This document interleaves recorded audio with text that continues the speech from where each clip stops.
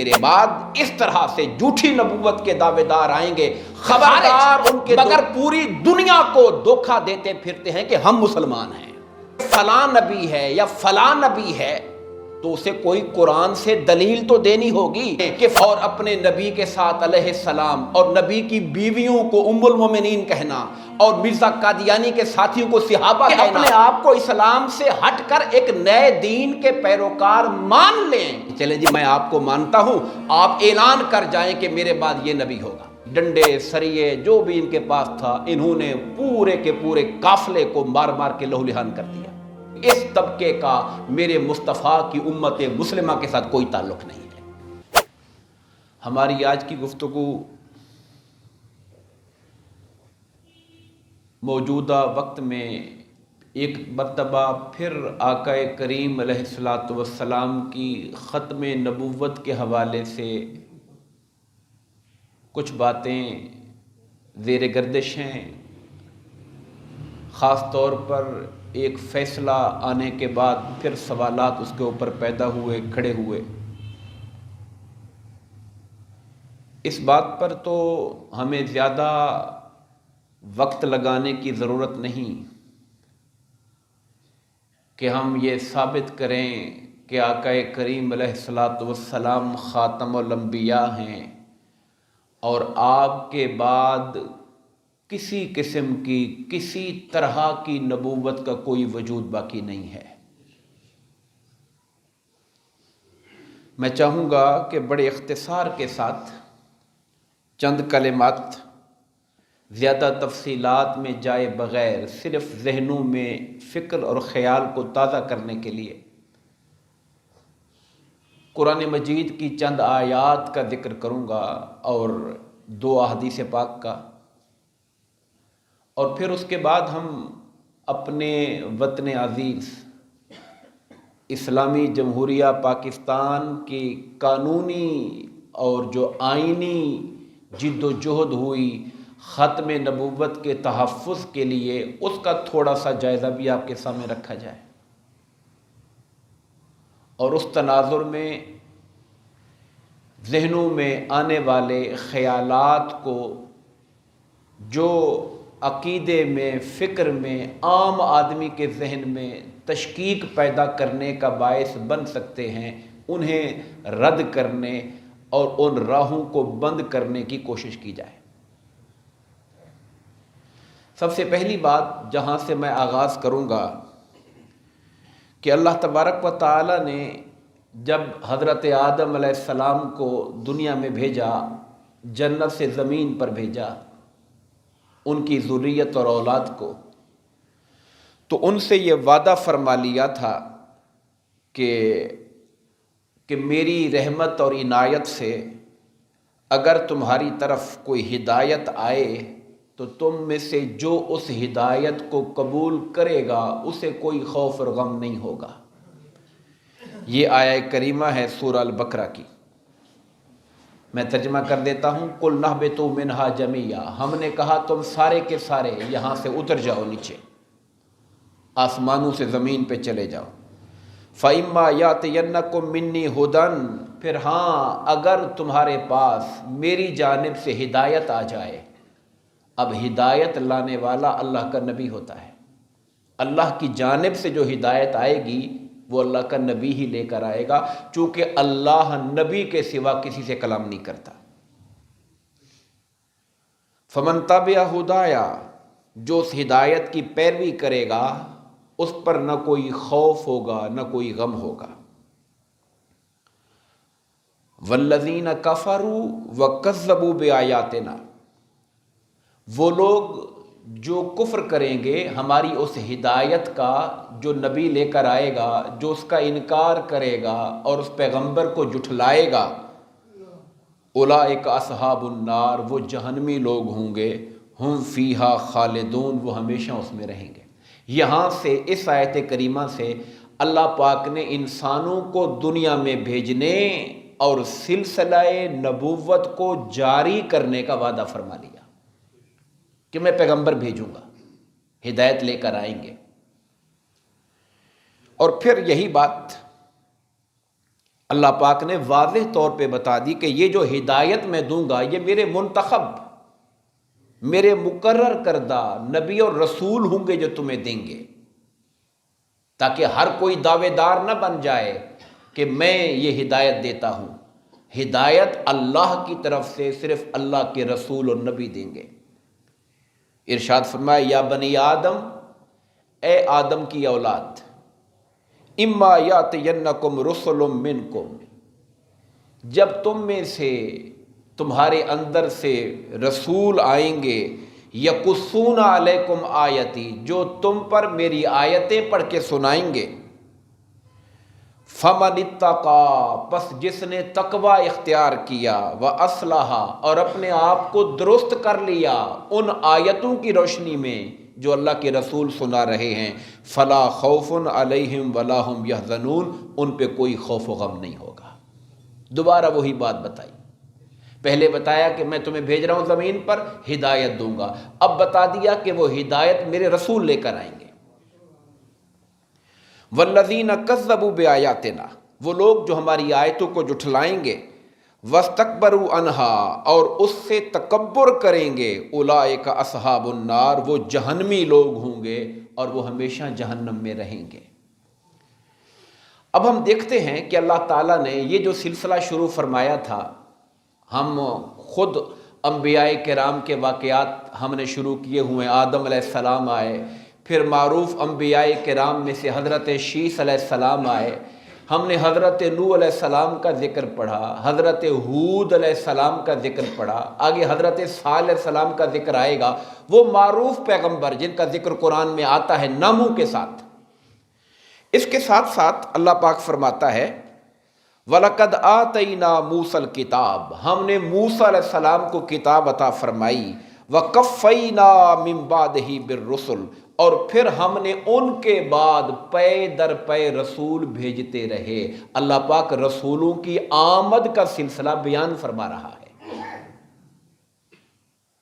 حضرت موسیٰ علیہ السلام کو ہم نے بھیجا، اور ان کے بعد پھر ان کے پیچھے پے در پے ہم نے رسول بھیجے۔ ایک رسول آتا تھا، پھر وہ چلا جاتا تھا، دوسرا رسول آ جاتا تھا، اور وہ جو بنی اسرائیل کے انبیاء تھے اور رسل تھے، وہ ان کی دینی رہنمائی بھی کرتے تھے، وہ اس کے علاوہ ان کی سیاسی، سماجی، معاشرتی ہر طرح کی رہنمائی کرتے تھے، ان کی سیاست بھی ان کے نبی کرتے تھے۔ حضرت داؤد علیہ السلام کا جو تعین ہے وہ ہم پڑھتے ہیں کتب کے اندر کہ لوگ آئے کہ جناب ہمارے دشمن ہم پہ چڑھ دوڑے ہیں، آپ ہمارا کوئی سربراہ مقرر کریں، تو پھر قرآن کہتا ہے ہم نے طالوت کو مقرر کیا۔ انہوں نے طالوت میں اختلاف کیا، یہ ہمارا کیسے لیڈر ہو سکتا ہے؟ کہا گیا کہ اللہ پاک نے علم اور جسمانی صلاحیتوں میں اسے تم پر فضیلت اور برتری دی ہوئی ہے، اس لیے یہ تمہارا رہنما اور لیڈر ہے۔ یہ سلسلہ نبوت اور رسالت کا حضرت موسیٰ علیہ السلام کے بعد بھی چلتا رہا۔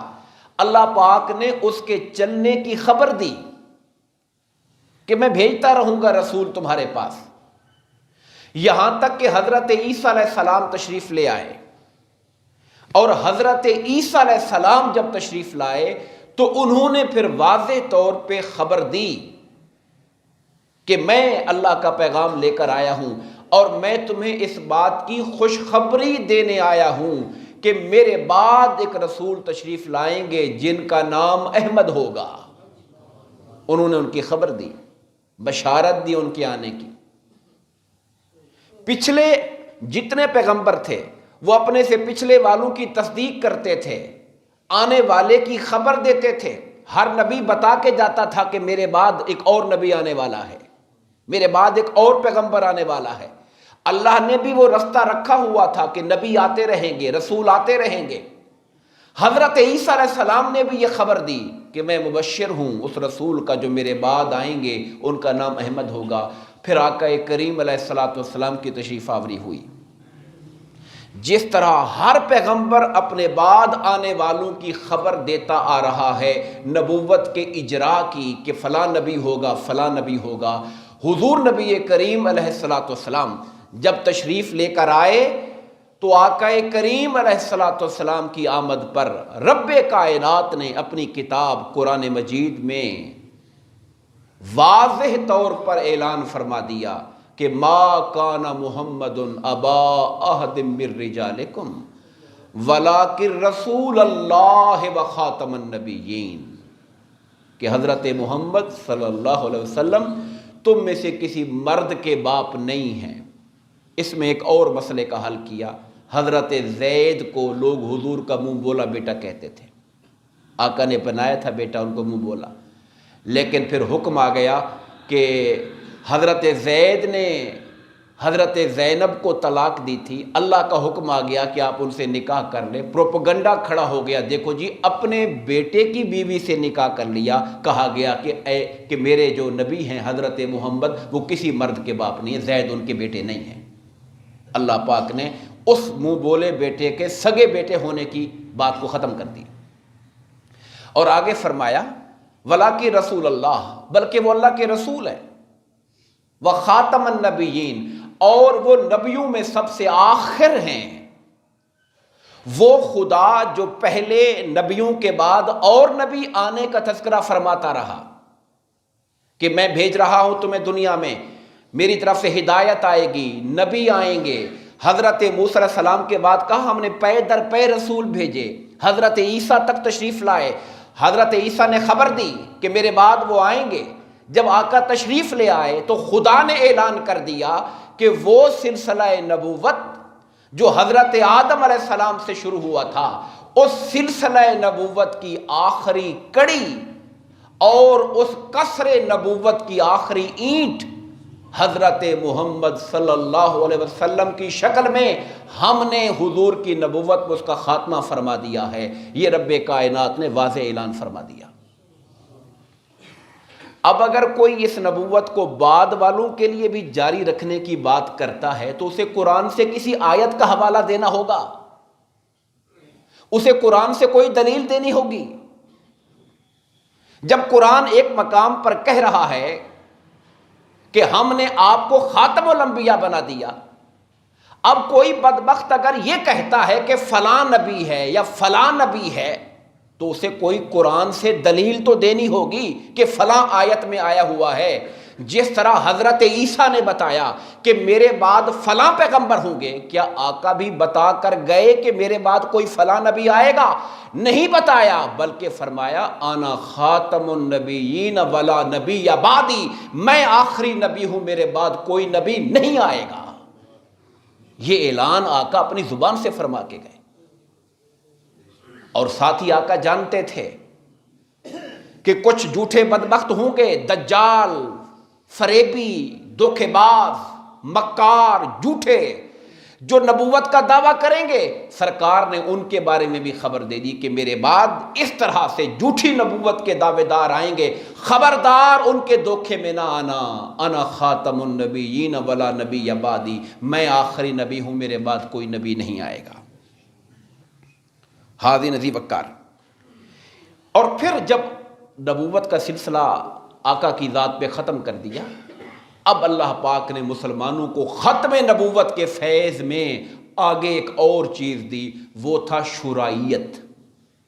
یہ لفظ سننے والا ہے، شورائیت، کہ اب کوئی پیغمبر نہیں آئے گا جو کہے گا کہ اللہ نے کہا ہے کہ ایسے کرو، اللہ نے جو کہنا تھا وہ قرآن میں کہہ دیا، اللہ کے نبی نے جو فرمانا تھا وہ سنت و حدیث میں فرما دیا۔ اب ہدایت کے لیے قیامت تک یا قرآن پڑھا جائے گا، اور قرآن کو سمجھنے کے لیے سنت مصطفیٰ اور سیرت مصطفیٰ کو پڑھا جائے گا، اور پھر بھی کوئی مسئلہ حل نہ ہو تو مسلمان آپس میں بیٹھ کر قرآن و سنت کے تابع رہتے ہوئے مشورے سے فیصلے کیا کریں گے۔ اگر کوئی نبی آنا ہوتا تو اللہ مشوروں کی بات نہ کرتا، فرماتا میں نبی بھیج دوں گا، بس میں بتا دے گا کہ میں کیا چاہتا ہوں۔ قرآن کا یہ فرمانا وَأَمْرُهُمْ شُورَىٰ بَيْنَهُمْ، مسلمانوں کے اب معاملات آپس میں باہمی مشورے سے طے ہوں گے۔ یہ مشورے سے طے ہونے کی بنیاد کا اللہ کا فراہم کرنا یہ ختم نبوت کی دلیل ہے۔ چونکہ اگر نبی آنا ہو تو پھر لوگوں کے مشورے کی اہمیت کوئی نہیں ہوتی۔ اگر پیغمبر نے آنا ہو، چونکہ پیغمبر براہ راست اللہ سے ہدایت لیتا ہے، وہ ڈائریکٹ خدا سے رہنمائی لیتا ہے. جب اللہ کی رہنمائی آئی ہو تو پھر ہم بیٹھ کے مشورے کیا دے سکتے ہیں وہاں پر. اس لیے پھر اللہ پاک کا یہ فرمانا قرآن مجید سورہ شورا، سورت کا نام ہی شورا ہے. شورا کہتے ہیں کنسلٹیشن، مشورہ، آپس میں مشورے کے ساتھ ہوگا معاملہ. وَأَمْرُهُمْ شُورَى بَيْنَهُمْ. اب مسلمانوں کے آپس کے معاملات باہمی مشورے سے طے ہوں گے. اور اللہ پاک نے اپنے حبیب کے ذریعے مسلمانوں کو مشورہ کرنے کی ٹریننگ دینا شروع کر دی. حکم دیا وَشَاوِرْهُمْ فِي الْأَمْرِ، اے حبیب معاملات میں آپ ان کا مشورہ لیا کریں. حالانکہ آپ اللہ کے نبی ہیں مگر ٹریننگ کے لیے مشورے کی اب وہ شروع کر دی گئی. اور پھر اس کی ایک بڑی روشن مثال یہ ہے، جب نبی کریم علیہ الصلوۃ والسلام دنیا سے پردہ فرما گئے اور اب آقا کے بعد حضور کی خلافت کس کو ملنی ہے، خلیفہ کون ہوگا، نائب کون ہوگا. اگر کسی نبی نے آنا ہوتا لوگ انتظار کرتے کہ یار فلاں انتظار کرو، اللہ کسی پہ وہی بھیجے گا، نبی بنا دے گا تو وہ خلیفہ ہو جائے گا یا بتا دے گا کہ خلیفہ کون ہے. نہیں، لوگوں نے، صحابہ نے اکٹھے ہو کر مشورہ کر کے صدیق اکبر کی خلافت پر اتفاق کیا تھا. یہ جو قابل غور پہلو ہے وہ یہ ہے کہ مشورے کا پھر آ جانا اور اللہ کا آپس میں مشاورت کو اہمیت دینا اور یہ فرمانا کہ اب مسلمانوں کے معاملات باہمی مشورے سے طے ہوں گے. یہ در حقیقت ختم نبوت کا اعلان تھا کہ اب نبی کوئی نہیں آئے گا. اب قرآن و سنت کے تابع رہ کر ان اصولوں کی روشنی میں مسلمان باہمی مشورے سے اپنے معاملات طے کیا کریں گے. حاضرین عزیز وقار، اس کے بعد قرآن مجید کی ایک اور آیت کریمہ کا بھی حوالہ دینا چاہوں گا. سورہ بقرہ کی ابتدائی آیتیں جس میں اللہ پاک نے ارشاد فرمایا کہ ھدی للمتقین، یہ قرآن پرہیزگاروں کے لیے ہدایت ہے. اور پرہیزگار وہ ہوتے ہیں جو غیب پر ایمان لاتے ہیں، جو نماز قائم کرتے ہیں، جو ہمارے دیے میں سے خرچ کرتے ہیں اور جو ایمان لاتے ہیں ان کتابوں پر جو پہلے اتر گئیں اور اس کتاب پر جو اے نبی آپ پر اتری ہے. اگر میرے آقا کے بعد بھی کوئی نبی آنا ہوتا تو اللہ فرماتے کہ متقی وہ ہے جو آپ کے بعد والی وحی پر بھی ایمان لے کر آئیں گے. پہلے والی وحی کا ذکر کیا، یؤمنون بما انزل الیک وما انزل من قبلک، جو ایمان لائیں گے اس وحی پر جو آپ پر اتری اور اس وحی پر جو آپ سے پہلے اتری. اگر وحی نے آقا کے بعد بھی آنا ہوتا تو کیا خدا متقین کے لیے اس کا ذکر یہاں فرما نہ دیتا کہ جو آپ کے بعد والی وحی پر بھی ایمان لائیں گے وہ اصل میں متقی ہوں گے. لیکن نہ وحی نے آنا تھا اور نہ اس وحی کو ماننے اور ایمان لانے کا مطالبہ کیا گیا ہے. حاضرین عزیز وقار، یہ تو تھی بنیاد قرآن مجید سے جس کا میں نے ذکر کیا. حضور نبی کریم علیہ الصلوۃ والسلام کے فرمودات بہت سارے ہیں، میں اس طرف نہیں جاتا ہوں چونکہ وقت ہمارے پاس تھوڑا ہے. میں اس وقت آپ کی توجہ اپنے ملک کے اندر اور اپنے خطہ بر صغیر کے اندر جو معاملات ہوئے اس طرف توجہ کروانا چاہوں گا. دجال، کذاب، جھوٹے مدعی نبوت کئی آئے. آقا کے زمانے کے اندر مسیلمہ نام کا کذاب آ گیا تھا، مسیلمہ نام کا جھوٹا مدعی نبوت آ گیا تھا سرکار کے زمانے میں.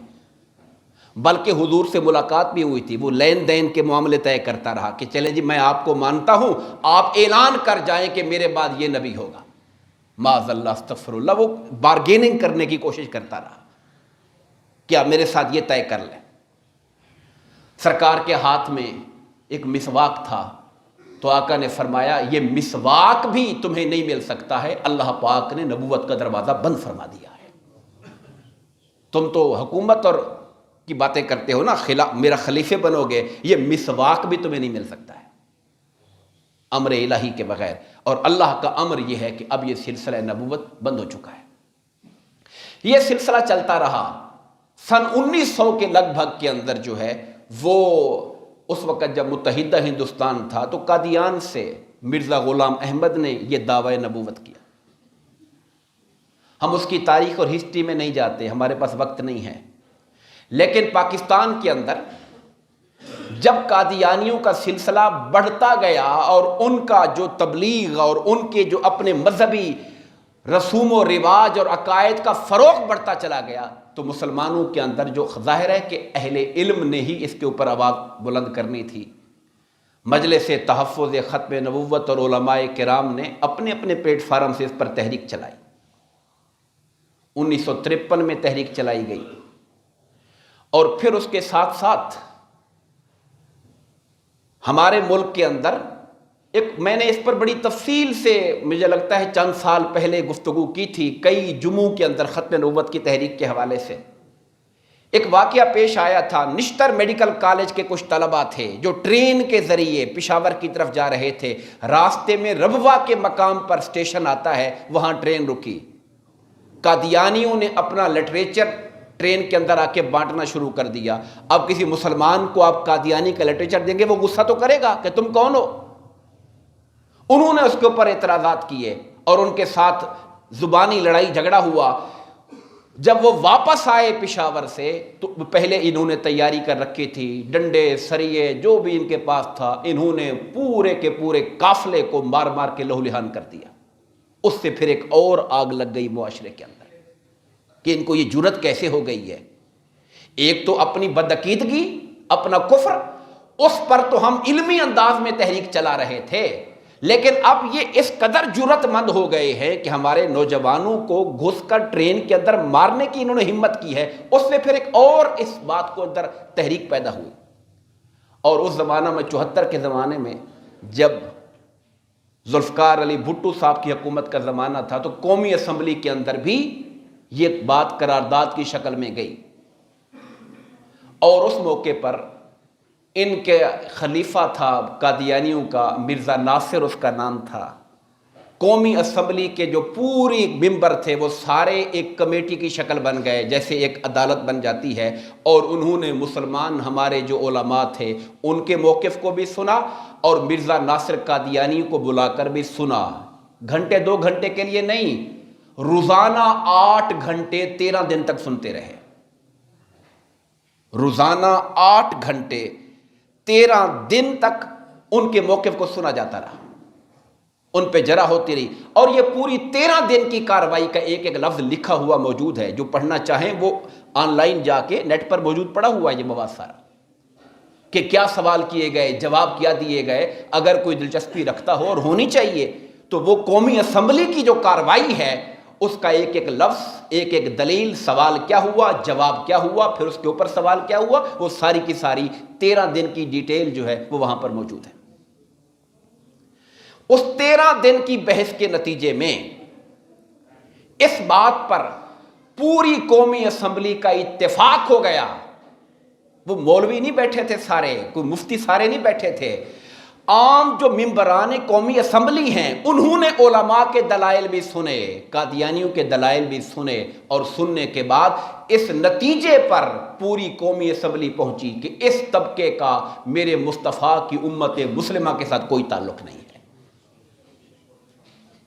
اور باقاعدہ یہ قرارداد پاس ہوئی، اور آئین کے اندر مسلمان کی ڈیفینیشن کیا ہے وہ شک ڈالی گئی کہ مسلم کسے کہتے ہیں، اور اس میں واضح کیا گیا کہ آقا کریم علیہ السلام کی ختم نبوت پر ایمان رکھنے والا اور کسی اعتبار سے آقا کے بعد کسی نبی کو نہ ماننے والا ہی مسلمان کہلانے کا حقدار ہوتا ہے۔ یہ ایک طے شدہ ایک حقیقت تھی۔ پھر یہ معاملہ اور آگے چلا ضیاء الحق صاحب کے زمانے کے اندر۔ اب انہوں نے اس قومی اسمبلی کے فیصلے کو نہیں مانا، تسلیم نہیں کیا، ماننے سے انکار کر دیا، مگر ریاست اپنے آئین میں، قانون میں یہ لکھ چکی ہے کہ ان کا تعلق اسلام کے ساتھ کوئی نہیں۔ یہ آقا کے بعد ایک نئے نبی کو ماننے کی وجہ سے امت مسلمہ کے دائرے سے خارج ہو گئے ہیں، مگر انہوں نے اپنے وہی مسلمانوں والی علامتیں، مسلمانوں کی طرح مسجدیں، مسلمانوں کی طرح اپنی عبادت گاہیں، اور اپنے نبی کے ساتھ علیہ السلام اور نبی کی بیویوں کو ام المومنین کہنا اور مرزا قادیانی کے ساتھیوں کو صحابہ کہنا، یہ باتیں چلتی رہی جس سے مسلمانوں کے اندر شدید قسم کی تشویش پیدا ہوتی تھی۔ پھر معاملہ عدالتوں کے اندر گیا ضیاء الحق صاحب کے زمانے میں، دلائل دیے گئے اور اس نتیجے پر پہنچے کہ چونکہ یہ مسلمانوں سے ہٹ کر ایک جب انہوں نے نئے نبی کو مان لیا، ہمارے ہاں کئی لوگ بڑے اس کے اوپر مغالطہ پیدا کرتے ہیں کہ جناب دیکھیں جی اور بھی کئی فرقے ہیں تو وہ بھی ایک فرقہ ہے، یا چلو آپ غیر مسلم کہتے ہو، یہودی بھی رہتے ہیں، عیسائی بھی ہیں، ہندو بھی ہیں، تو ان کو بھی اپنا کام وہ بھی کرتے ہیں، ان کو بھی کرنے دیں۔ ایک سوال، ایک خیال دماغ میں یہ ڈالا جاتا ہے۔ ہم یہی کہنا چاہتے ہیں کہ یہ اپنے آپ کو غیر مسلم مانیں، یہ اپنے آپ کو اسلام سے ہٹ کر ایک نئے دین کے پیروکار مان لیں، مسئلہ ختم ہو جائے گا۔ پھر ان کا جو حق بنتا ہے ان کو ملنا چاہیے۔ ان کے ساتھ اصل جھگڑا یہ ہے کہ یہ نئے نبی کو مان کر ہو تو گئے ہیں اسلام سے خارج، مگر پوری دنیا کو دھوکہ دیتے پھرتے ہیں کہ ہم مسلمان ہیں۔ مسئلہ یہ ہے ان کے ساتھ کہ ساری دنیا کو یہ فریب دیتے پھرتے ہیں کہ ہم احمدی مسلمان ہیں، یعنی ہم مسلمان ہیں۔ اسلام کے دعوے دار وہ اپنے آپ کو بنا رہے ہیں، جس وجہ سے پوری امت مسلمہ پریشان فکر مند ہوتی ہے، اور نوجوان اور عام آدمی جو زیادہ گہرائی سے نہیں جانتا اس کے ایمان کو خطرہ ہوتا ہے۔ اب کئی دنیا میں باہر لوگ مسلمان ہونا چاہتے ہیں، احمدی آگے بڑھ کے کہتے ہیں لو جی ہم مسلمان ہیں، ہمارے ساتھ آپ آ جائیں، ان کو اپنے اندر گھسیٹ کے لے جاتے ہیں۔ اس لیے یہ پھر قانون پاکستان میں پاس ہوا، باقاعدہ عدالتوں میں اس پر دلائل دیے۔ میرے استاد مکرم شیخ الاسلام ڈاکٹر طاہر القادری 3 دن تک اس پر دلائل دیتے رہے۔ ضیاء الحق صاحب نے پھر آرڈیننس نافذ کیا، اور اس کے ذریعے پھر ان کو ان پر پابندی لگا دی گئی کہ یہ اپنی عبادت گاہ کو مسجد نہیں کہیں گے۔ عیسائی ہیں، اپنی عبادت گاہ کو گرجا کہتے ہیں، ہمیں کوئی اعتراض نہیں۔ ہندوؤں کی عبادت گاہ کا ایک اپنا نام ہے، کوئی ٹیمپل ہے، کوئی کسی کا گرجا ہے، کوئی مندر ہے، کوئی چیز ہے، ہمیں کوئی اختلاف نہیں ہے۔ لیکن اگر وہ ہندو اور عبادت گاہ کا نام مسجد رکھ دے تو اعتراض پیدا ہو جائے گا یا نہیں ہو جائے گا؟ یہی مسئلہ ان کے ساتھ ہے۔ میں نے چاہا کہ سادے لفظوں میں یہ بات آپ تک پہنچائی جائے کہ قادیانیوں کا اصل مسئلہ ہمارے ساتھ کیا ہے۔ وہ یہ ہے کہ انہوں نے جب ایک نئے نبی کو مان لیا۔ اچھا میں ایک مثال آپ کو اور دیتا ہوں۔ کوئی شخص عیسائی ہو، اور عیسائی ہونے کے بعد وہ ہمارے آقا پر ایمان لے آئے، تو کیا اب وہ اپنے آپ کو عیسائی کہے گا یا مسلمان کہے گا؟ بھئی آپ نے ایک اور نبی کو مان لیا، پچھلے کی بات ختم ہو گئی۔ اب اگر وہ آقا کی ذات کو ہم اس بات کو تو مانتے ہیں کہ حضرت عیسیٰ اللہ کے نبی تھے، چونکہ وہ نبی برحق تھے، لیکن جب خاتم الانبیاء تشریف لے کر آ گئے، اب جو حضور کو مانے گا اب اپنے آپ کو عیسائی نہیں کہے گا، مسلمان کہے گا۔ اسی طرح یہ پہلے دائرہ اسلام میں تھے، لیکن جب مرزا غلام احمد کو نبی مان لیا تو اب اپنے آپ کو مسلمان نہیں کہہ سکتے، اب اپنے آپ کو اس نبی کا امتی کہیں گے۔ پھر ان کو الگ نام چاہیے، ان کو الگ پہچان چاہیے۔ یہ نقطہ، یہ وضاحت اگر اس بات کی سمجھ ان کو آ جائے تو پھر ایک اقلیت کے طور پر، جیسے اور اقلیتیں ہندو عیسائی پاکستان میں رہتے ہیں، ان کو آئین نے اپنی جگہ پر حق دیے ہوئے ہیں، پھر ان کو بھی حق ملنا چاہیے۔ پھر یہ اپنا کام کریں، لیکن اپنی الگ پہچان کے ساتھ، اپنے الگ امت ہونے کے ساتھ۔ یہ خیال اب چونکہ ہمارے ہاں بدقسمتی سے بڑے اونچی سطح پر جا کر بھی اس بات کا خیال نہیں رکھا جاتا، اور لوگ بڑے انسانیت کے چیمپئن اور ہیومنزم کے نام کے اوپر جی سب کو حق ہے، جی سارے تبلیغ کریں۔ ہاں حق سب کو ہے، مگر جھوٹ بول کر نہیں، فریب کر کے نہیں، دھوکے بازی سے نہیں۔ جو آپ ہیں وہی لوگوں کو بتائیں، نہ کہ آپ اپنے اوپر اسلام کا لبادہ اوڑھ کر۔ اور آقا کریم علیہ الصلوۃ والسلام سے اس سے بڑھ کر دھوکہ کیا ہوگا کہ کوئی اپنے آپ کو مسلمان کہے مگر لوگوں کی نسبت اور محبت مرزے کے ساتھ جوڑتا پھرے۔ اس سے بڑھ کر دھوکہ کیا ہوگا حضور کی ذات کے ساتھ؟ مسلمان ہونے کا تقاضا کیا ہے کہ ہماری محبت حضور کے ساتھ ہوں، ہمارا تعلق آقا کی ذات کے ساتھ ہے، وہی ہمارے سردار ہیں، نبی ہیں، رسول ہیں، خاتم الانبیاء ہیں۔ اب کوئی نام اسلام کا لے اور لوگوں کو دعوت مرزا غلام احمد کی دیتا پھرے تو یہ دھوکے بازی اور یہ فریب پاکستان کے اندر نہیں ہونا چاہیے۔ یہ وہ ایک درد مندانہ خیالات اور اظہار تھا جس کا میں نے آپ کے سامنے رکھا ہے۔ دعا ہے کہ اللہ تبارک و تعالی ہم سب کو دین اسلام کی تعلیمات کی صحیح تفہیم کی توفیق عطا فرمائے۔ آمین۔ وما علینا الا البلاغ۔